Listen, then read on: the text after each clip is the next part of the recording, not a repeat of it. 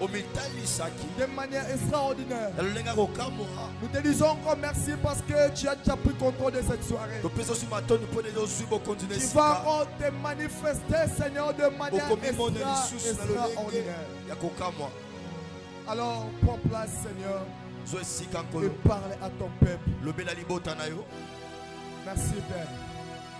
Dans le nom de Jésus. Nous ramenons toute pensée captive à l'obéissance du Christ. Et nous renversons des forteresses. Au nom de Jésus-Christ. Amen. Amina. Est-ce que l'église peut acclamer le Seigneur? Est-ce que l'église peut acclamer Maboko? Je t'entends pas. Si tu peux pousser des cris de joie. Poussons des cris de joie.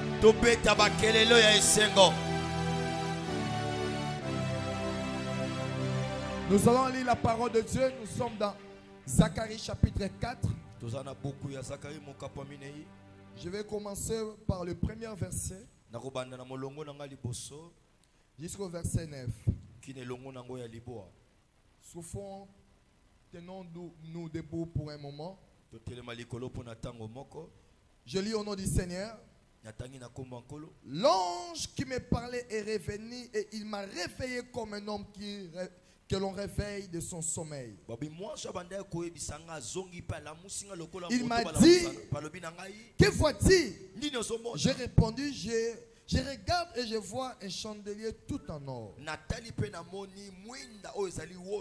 surmonté d'un réservoir et portant 7 lampes, avec 7 conduits par les lampes, avec 7 conduits pour les lampes qui sont à son sommet.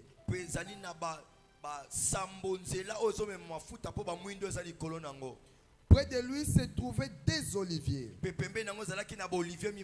l'un à la droite du réservoir et l'autre à sa gauche. Reprenant la parole, je dis à l'ange qui me parlait, que signifie cela? Mon Seigneur, l'ange qui me parlait m'a répondu, ne sais-tu pas que cela signifie? Je dis non, mon Seigneur. Alors il a repris et m'a dit, voici la parole que l'Éternel adresse à Zorobabel. Ce n'est ni par la puissance, ni par la force, mais par mon esprit, dit l'Éternel des armées, le maître de l'univers. Qui es-tu, grande montagne devant Zorobabel? Tu seras aplani. Dans ma version, on a dit une plaine.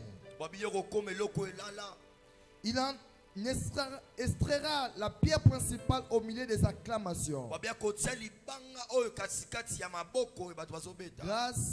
Grâce pour elle. On peut se rasseoir et acclamer la parole de Dieu. Est-ce qu'on peut acclamer la parole de Dieu? Aide-moi à saluer ton voisin. Touche ton voisin. Dis à ton voisin Roua. Est-ce que tu peux bien le faire? Cherche 2-3 personnes. Fais un mouvement, déplace-toi. Trouve un voisin, dis à ton voisin Roua. Gloire à Dieu.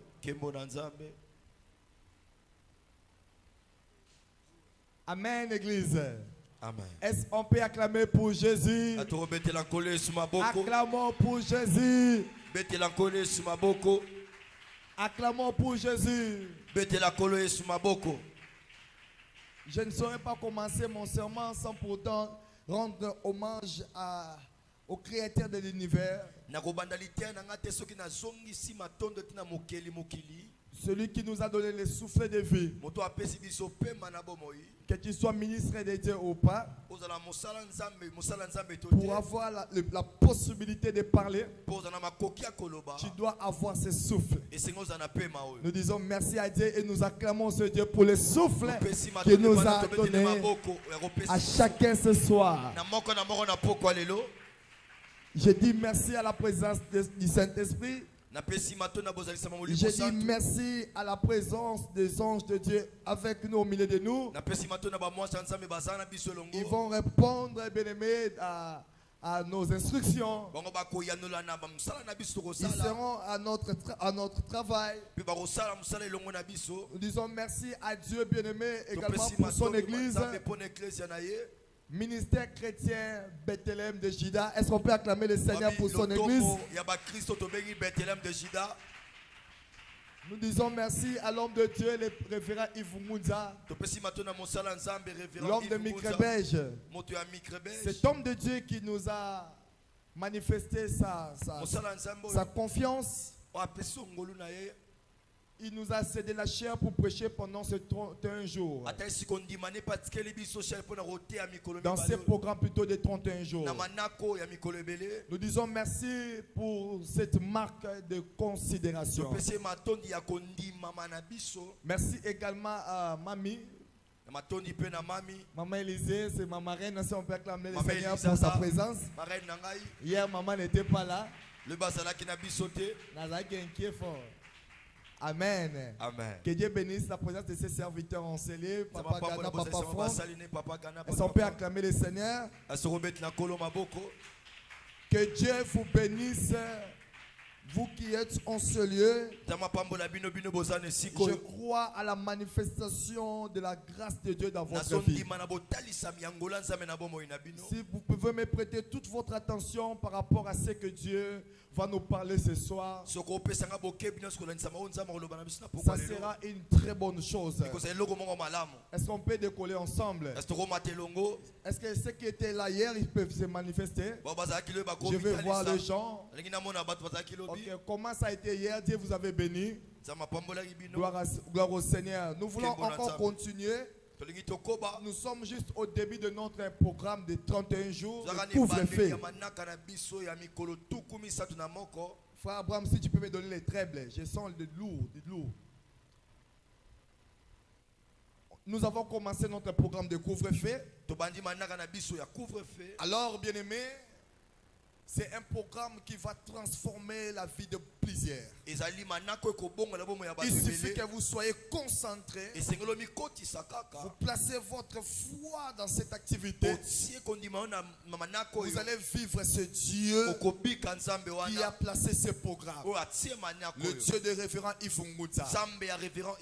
Nous sommes en train de parler sur un thème merveilleux, ni par la puissance, ni par la force, mais par mon esprit. Dit l'Éternel des armées, qui est une grande montagne devant Zorobabel, tu seras aplani. Pour un petit rappel par rapport à ce que Dieu nous a dit hier, Dieu nous a amené à comprendre c'était quoi, bien aimé, sa pensée par rapport à ce texte. On a rappelé que c'était à cause, bien aimé, c'était lié par rapport à l'avènement des enfants d'Israël. Après avoir quitté, bien aimé, Babylone, là où ils étaient captifs, au pays d'exil. Et quand ils sont revenus en Israël dans leur terre, et ils avaient une mission, comme avait aussi récit Néhémie, celle de reconstruire le temple. Néhémie de l'autre côté, c'était pour la reconstruction de la muraille de Jérusalem. Maintenant, chemin faisant avec la vision de la reconstruction du temple, Le peuple a constaté qu'il y avait une opposition. Vous savez, c'était déjà un peuple qui était fatigué de tous les malheurs qui arrivaient dans leur chemin. Et voyant qu'ils ont regagné leur territoire et rencontrant encore l'opposition, c'était décourageant pour eux. Alors, il s'est posé des questions. Comment nous avons commencé ce projet et on n'arrive pas à en finir. Le peuple voulait abandonner, il était dans le découragement total. Mais le peuple était dirigé par un prince, par un gouverneur au nom de Zorobabel. Et à cette époque-là, il y avait comme prêtre Josué.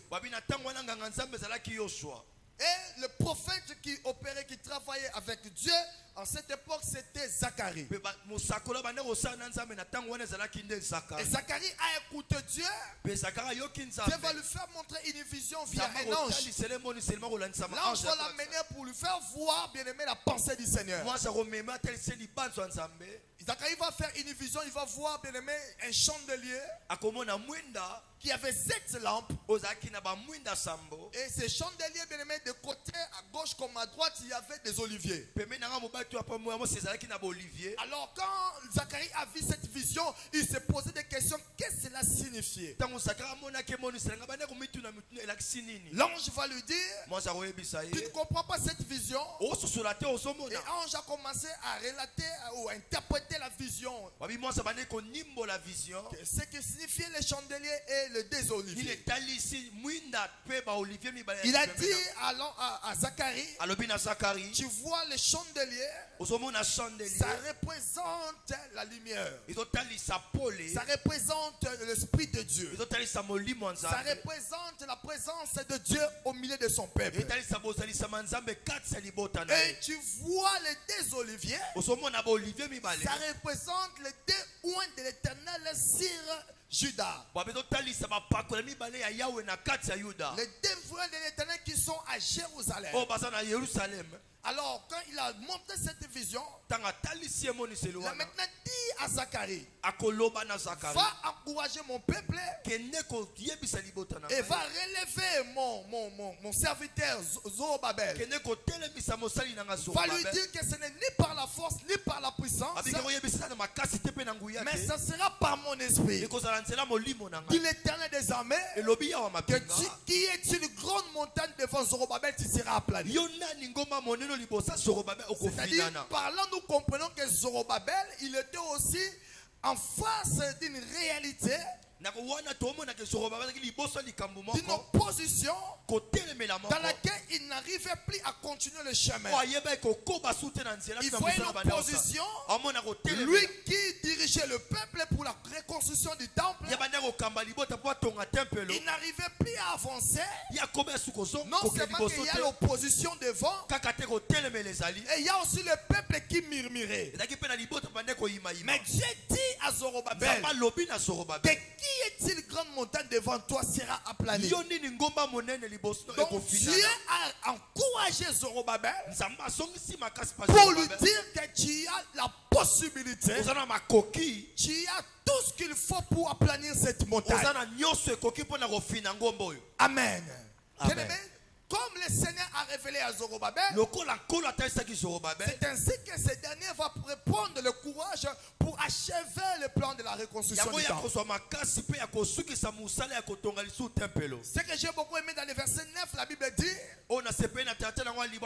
que si Zorobabel commence un fondement, il va l'achever. Comme j'avais dit hier, Zorobabel est comme le genre de personne qui a des qualités mais qui ignore.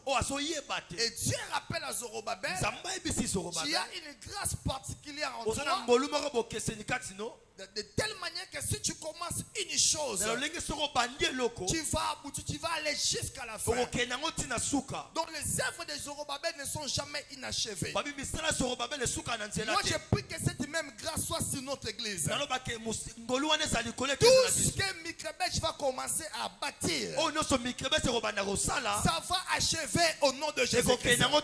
Ça va aller jusqu'à la fin au nom de Jésus. Mais c'est que si Dieu donne cette vision dans cette église, c'est que Dieu fait de Mikrebech de Zorobabel. Devant Zorobabel, je remplace Zorobabel par Mikrebech. C'est-à-dire devant Mikrebech, toute montagne sera aplanée. Et quand Mikrebech commence un fondement, il arrive jusqu'à la fin. Moi j'ai vu une maison pendant que je louais en 2017. C'est l'avenue Ayolo, une avenue, je crois, avenue Yoko, quelque chose. Yoko. Une maison en étage.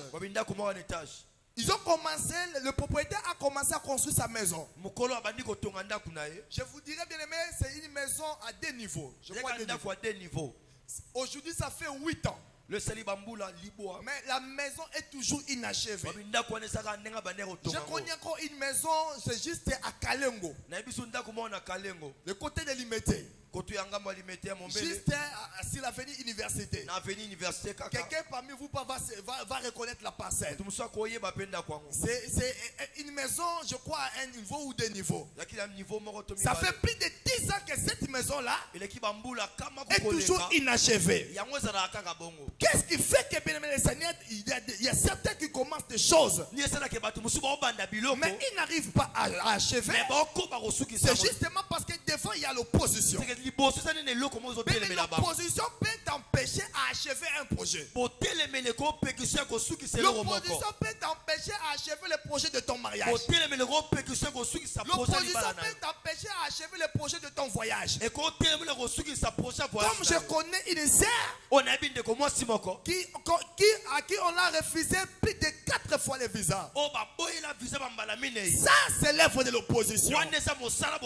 L'opposition, quand ça se présente devant toi, tu vas trouver qu'il y a une barrière. Il n'y a pas d'accès. Il n'y a pas d'évolution. C'est comme si on t'a obligé de rester sur place. Mais ce programme est venu, écoute-moi, afin que toute opposition qui empêche à ta vie de prospérer, non seulement on va briser, non seulement on va renverser, mais on va la planir de telle sorte que cette opposition-là, même après toi, ça n'existera plus. Parce qu'aplanir une chose, c'est-à-dire c'est rendre la chose inutile. C'est-à-dire c'est rendre la chose poussière. C'est prendre la chose de son auteur et tu la rabaisses. Et c'est ça que toi tu vas faire avec les sorciers de ta famille. C'est ça que tu vas faire avec les géants de ton territoire.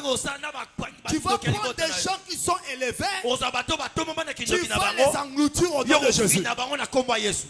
Est-ce que tu peux me donner un amen? Alors, maintenant, Dieu va dire à Zorobabel, ce ne sera pas par ta puissance ni par ta force, mais par mon esprit. Par mon esprit. C'est ainsi, hier nous avons dit que l'esprit est appelé en hébreu Roua, qui est aussi défini comme un souffle, qui est aussi défini comme un vent. Donc Dieu voulait dire à Zorobabel, donc ça sera par mon vent, ça sera par mon souffle, que toi, devant toi, le montagne sera aplani. Comme ça on a dit ici, Ne cherche pas d'abord à posséder les choses. Ne cherche pas à conquérir bien aimé des territoires. Ne cours pas bien aimé vite dans ta destinée. Sans que tu te sois rassuré que l'Esprit de Dieu, le roi est avec toi. Parce que si le roi est avec toi, l'opposition sera là, mais il sera aplani. Elle sera bel et bien là, mais elle sera aplanie. L'opposition, bien aimé, c'est le diable. Le diable, aussi longtemps, bien aimé, il n'est pas encore lié. Tu vas toujours rencontrer l'opposition dans ta vie. Aussi longtemps que le diable n'est pas encore lié, tu rencontreras toujours l'opposition dans ta vie. Ne fais pas une prière à Dieu, Seigneur. Je ne vais pas rencontrer les oppositions dans ma vie. Jamais. Tu rencontreras toujours les oppositions. Mais écoute-moi. Avec notre Dieu, opposition ou pas, si Roua est avec toi, elle sera aplanée. Même Jésus a rencontré l'opposition. Hier on a dit ceci. Jésus, quand il est descendu sur la terre, avant de commencer sa mission, dans Luc 4, la Bible dit Jésus rempli du Saint-Esprit. C'est-à-dire Jésus rempli de Roua. Bien-aimé, tu ne peux pas travailler, parcourir la terre et faire des conquêtes, gagner des esprits, réussir dans la vie, réussir dans la société, sans qu'un esprit t'accompagne. Bien-aimé, avantage avec nous, c'est que nous avons un esprit qu'on appelle l'esprit supérieur. Tu peux aller même dans un territoire étranger. Comme ces filles bien-aimées dans l'époque de Daniel. Ils étaient à Babylone. Ils étaient esclaves. Mais là où les autres étaient considérés comme des esclaves, Daniel a été élevé comme conseiller. Qu'est-ce qui a fait que Daniel soit élevé comme conseiller? Pendant que certains juifs étaient toujours esclaves, c'est que Daniel en lui il y avait le roi. C'est ainsi que bien aimé le roi va dire, je cherche une personne qui a l'esprit supérieur. Mais si tu veux vaincre sur cette terre, rassure-toi que tu as roi. Le diable a tenté Jésus. Il voyait en lui un humain. Mais il ne savait pas que c'était pas seulement un humain, mais c'était également roi. C'est de cette dimension que Dieu veut t'amener cette année.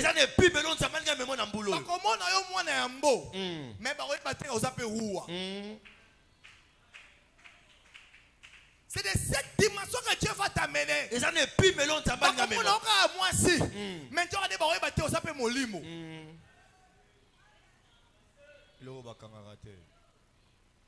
le diable a essayé de tenter, il a réalisé qu'il n'arrivait pas. La Bible dit il se retira. Je prie Dieu pour toi. Cette année, cette opposition va se retirer. Quand tu as Roua, l'opposition elle-même va se retirer.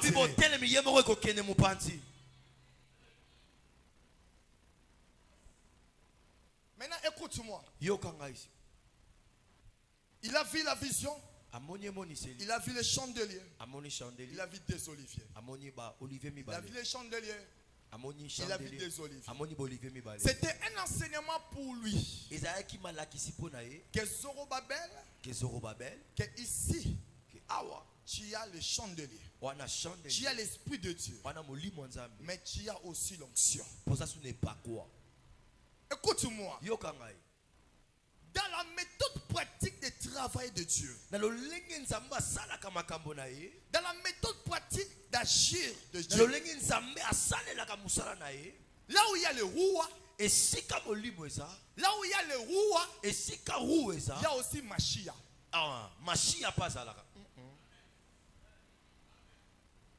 Roua ne peut pas travailler babi roue ko salate sans que Mashiach soit là. Ce qui Mashiach sate. La Bible dit dans verset 18, l'Esprit du Seigneur est sur moi. Babi mo limwa Yahweh saliko. Donc Roua est sur moi. Roue saliko na ngai. Et il m'a oué. Pe apakoli. C'est-à-dire il m'a donné Mashiach. C'est ka pesinga Mashiach. Mashiach veut dire Mashiach likoloba l'onction. Et pas quoi. Jésus est Dieu.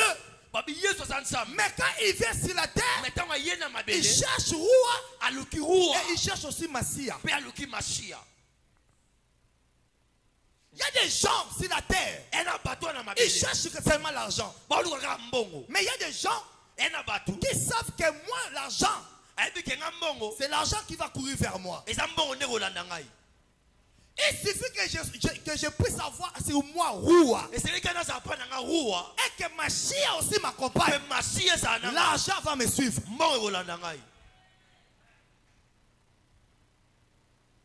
Il m'a oué, c'est-à-dire il m'a Mashiach. C'est ainsi on l'appelle le Yoshua à Mashiach. Donc Jésus-Christ le oué. Mashiach avait dit celui qui est désigné par l'onction. Donc là, je voulais faire voir à Zacharie. Écoute-moi Zacharie. Vous allez achever le projet de la reconstruction du temple. Parce que ici, il y a Roua et Mashiach. Dans cette église, il y a Roua et Mashiach.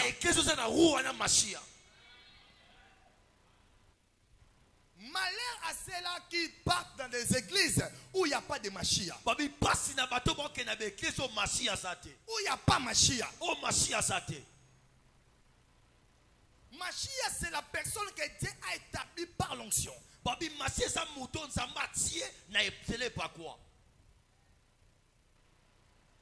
Mashiach, c'est la personne aimée par l'élection, par la grâce qu'il a désignée pour diriger un peuple.